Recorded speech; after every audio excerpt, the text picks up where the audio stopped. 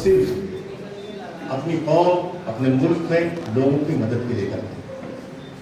हमारा दूसरा कोई काम नहीं है। हमें आपने जो बिजली दिया है, मैंने सारे लोगों की बातें सुनी है और अगर मैंने इन मसलों को उठाया है तो ये मेरी जिम्मेदारी है। मैंने अपनी जिम्मेदारी से ज़्यादा कोई काम नहीं किया है।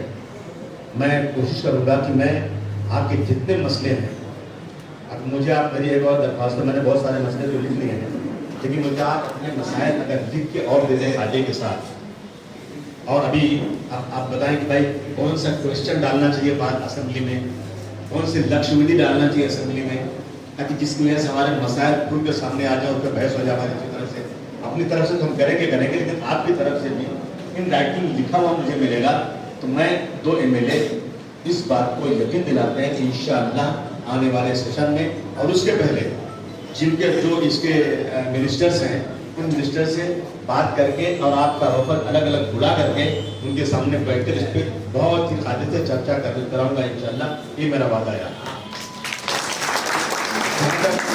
बिजली का सवाल है, वो रिलायंस में बैनर्जी काम करते थे, तो बैनर्जी हमेशा हम लोग बात कहता था कि असेंबली में ये सवाल उठना चाहिए, आपको ऐसा करना चाहिए, जो मसले थे उस पर हम लोग बात करते थे। मैं आज आ रहा था तो मैं नासिक पहुंचा था, उसका फोन मुझे आया कि आप आज जा रहे हैं मालेगांव, मैं हाँ जा रहा हूँ। बोले हमारे मसले पर भी हमारे आदमी को भेजेंगे, क्योंकि कोई आदमी यहाँ पे हैं प्रेम सिंह, जो चीफ ऑपरेटिंग ऑफिसर है, तो मेरे पास आए। तो उन्होंने मुझसे कहा कि आसिफ भाई यहाँ चोरी बहुत बिजली की होती है, इसमें कुछ मदद होना चाहिए, 40% चोरी होती है और जब पकड़े जाते हैं तो यहाँ के लोग लड़ाई झगड़ा करते हैं, पुलिस भी कहते हैं भाई हम कुछ नहीं कर सकते। मैंने कहा आपकी तरफ से क्या गलती बनी है मुझे बताइए। चोरी तो आपने बता दिया, लेकिन आपने सुना कि आपका मीटर बहुत तेज चलता है, आप जो है जो 300 रुपया बिल उसमें 600 रुपया ऐड करके 900 रुपया वसूली करते हैं, क्या क्या। तो मैंने फिर उसको फोन किया कि तुम लोग ऐसा कैसे करते हो। उन्होंने कहा कि जो महाराष्ट्र गवर्नमेंट का रूल है हम उसके मुताबिक करते हैं, बाकी उसके अलावा हम अपनी मर्जी से कुछ नहीं करते। आप उस रेगुलेटरी कमेटी से बुलाइए, मीटिंग कीजिए, हमें सामने बिठाइए। तो मैं जो है ना इसमें मैं जो इसके मिनिस्टर हैं उनके बात बुला करके मैं इंशाल्लाह पूरी आपके सामने बात करूंगा इंशाल्लाह, और असेंबली में इस बात को उठाऊंगा। सबसे बड़ी खुशी की बात है ना कि आप लोगों ने एक कमेटी जो बनाया है ना कुल जमाती तंजीम, इसके लिए मैं आपको बहुत मुबारकबाद करूंगा, बहुत। देखिए ऐसा है कि मैं भले मालेगांव आऊं या नहीं आऊं, मैं भिवंडी जाऊं या नहीं जाऊं, लेकिन जो ऐसे इलाके हैं जो माइनॉरिटी डोमिनेटिंग एरिया है, मैं इसके लिए हमेशा परेशान रहता हूं, कोशा रहता हूं। मैं मालेगांव के हालात हमेशा पता लगाता हूं कि मालेगांव के लिए मैं कैसे क्या आवाज़ उठाऊं कि मालेगांव को फ़ायदा इससे हो।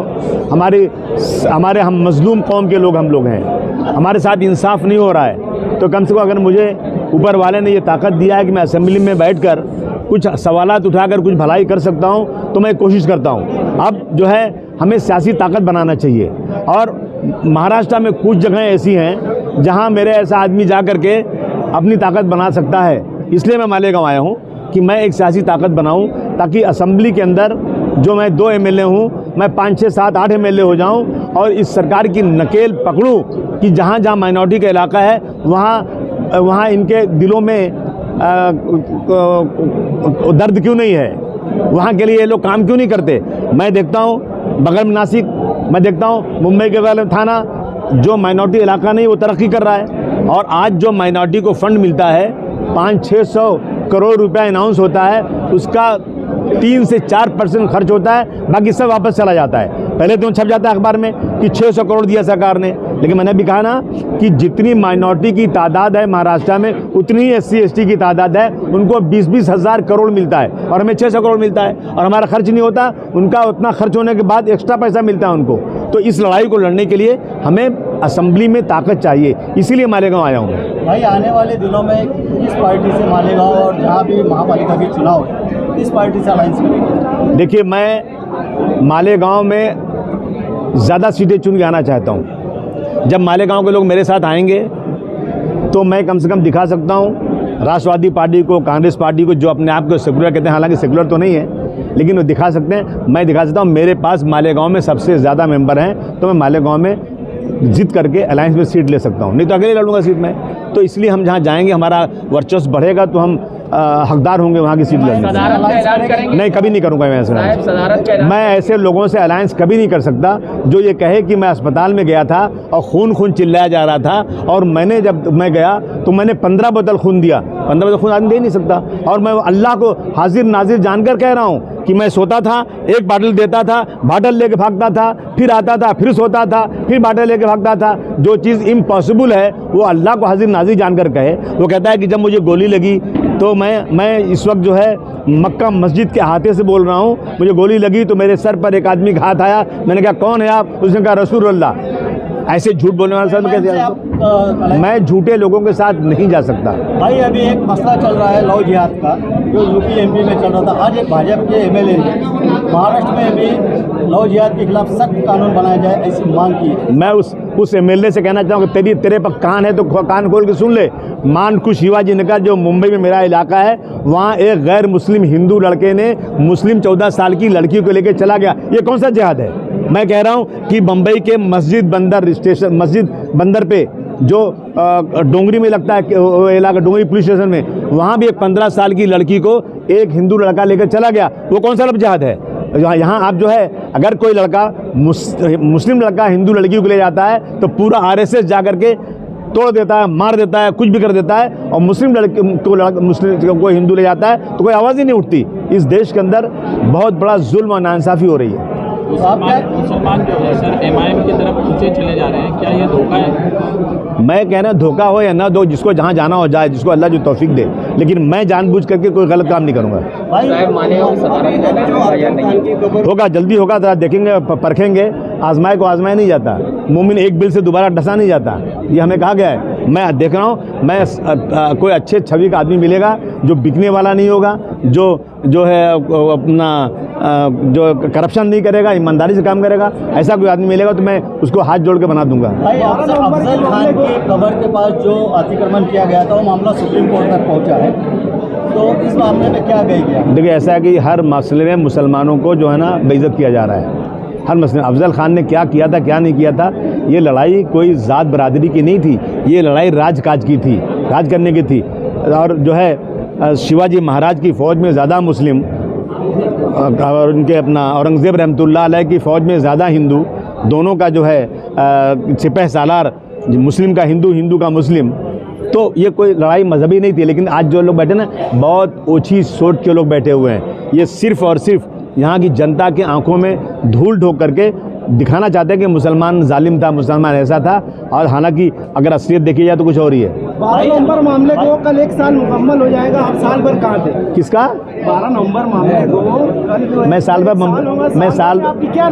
भर बम्बई में एयर कंडीशनर में बैठा हुआ था, मज़ा कर रहा था। और क्या बताऊँ आपको, मैं 12 नवंबर के लिए मैंने जो कुछ किया, जो कर सकता था, यहाँ का वफद मेरे पास आया। सुनो ना भाई, लिसन टू मी यार, सुनो तो सही, तुम्हारी बात हो गई। यहाँ के लोग मेरे पास आए, मैं उनको होम मिनिस्टर के पास ले गया, मैं उनको चीफ मिनिस्टर के पास ले गया, मैंने असेंबली में चिल्लाया। और क्या करूँ, सर फोड़ूँ क्या मेरा? बोलिए सर। भाई सिविल कोड नाफिज करने की तैयारी शुरू हो गई है, कुछ स्टेट में लोग तैयार हो गए, महाराष्ट्र में भी करने की तैयारी हो सकती है। देखिए, ऐसा है ना कि जब ये लाएंगे कॉमन सिविल कोड तो मुसलमान कम, लेकिन जो दूसरे ज़ात बरादरी के लोग हैं, आदिवासी हैं, क्रिश्चियन हैं, बहुत सारे लोग हैं जिनकी रस्म रवाज अलग है, ये सब इसकी मुखालफत करेंगे। मैं समझता हूँ कि मज़हब पे चलना हमारा हक़ है। हम पाकिस्तान नहीं गए थे, हिंदुस्तान में इस गारंटी पे रुके थे कि यहाँ के रहने वालों को मज़हब पे चलने की पूरी छूट है। और आज जो लोग हैं ना, ये जो है इस तरह कानून ला करके एक डिस्क्रिमिनेशन, ना बराबरी कर रहे हैं। भाई एक एमएलए ने कहा है महाराष्ट्र में गोवा की तरह कसिनो शुरू की जाए, महाराष्ट्र को जुए के खाई में ढकेलने की साजिश है। पूरे देश में जुआ खेला जा रहा है, मैं क्या बताऊँ, बर्बादी है। बर्बाद गुलिस्तान करने को बस एक ही उल्लू काफ़ी है। यहाँ तो हर शाख पे उल्लू बैठा है, अंजाम गुलिस्तान क्या होगा? भाई आखिरी सवाल, इससे पहले महाराष्ट्र में समाजवादी एक अपना मुकाम और ताकत रखती थी, लेकिन कुछ अरसे से वो ताकत नहीं रही। इस ताकत को फिर से हासिल करने के लिए आप क्या करेंगे? पूरी कोशिश करूँगा, दर दर जाऊँगा, लोगों से मिलूँगा, लोगों से दरख्वास्त करूँगा कि आइए हमारे साथ जुड़िए और ईमानदारी से हम काम करेंगे, यही कह सकता हूँ और क्या कह सकता हूँ। बहुत शुक्रिया। मालेगांव में आपको भरोसे के लोग क्यों नहीं मिलते हैं? नहीं मिलेंगे अब की बार। भारत जोड़ो क्या हो ना, मुझे नहीं, बाला साहब ठाकरे को नहीं मिले तो मैं क्या करूँ? ये इस हमाम में सभी नंगे हैं। अब भारत जोड़ो में आप जाएंगे? नहीं, मैं क्यों जाऊंगा? मैं नहीं जाऊंगा। भारत जोड़ो करे वो, मैं दुआ कर रहा हूँ कि कांग्रेस मजबूत थोड़ा हो जाए ताकि बीजेपी से लड़े। समाजवादी पार्टी और दूसरी पार्टियां जो है क्षेत्रीय पार्टियां, राज्य पार्टियां हैं, तो दिल्ली लड़ने के लिए वही, लेकिन कांग्रेस मजबूत नहीं हो पा रही है। कांग्रेस थोड़ा सा, अगर मैं कहूँ कि मालेगांव में ब्लास्ट हुआ तो कौन सी पार्टी थी? कांग्रेस थी। बम्बई में ब्लास्ट हुआ 6 लाख दिया, यहाँ 1 लाख क्यों दिया? आज भी केस मुकदमा चल रहा था। मैंने कहा था कि ये जो इसका केस है, जो इसका अपना प्रज्ञा सिंह ठाकुर पुरोहित का, इस केस में ये केस 2 जगह चार्जशीट आई, 2 चार्जशीट इसमें आई है। दोनों चार्जशीट गवाह को बुलाओ, नहीं बुला रहे। कौन नहीं बुला रहे? कांग्रेस एनसीपी को नहीं बुला रहे हैं, तो मैं किस पे भरोसा करूँ? तो आप भारत जोड़ो यात्रा में शामिल नहीं हो, मुझे कोई बुलाया नहीं तो मैं क्यों जाऊँ भाई? क्या कहेंगे इस यात्रा के बारे में? यात्रा अच्छी चले, बीजेपी से लड़े, दुआ करूँगा। बहुत शुक्रिया भाई।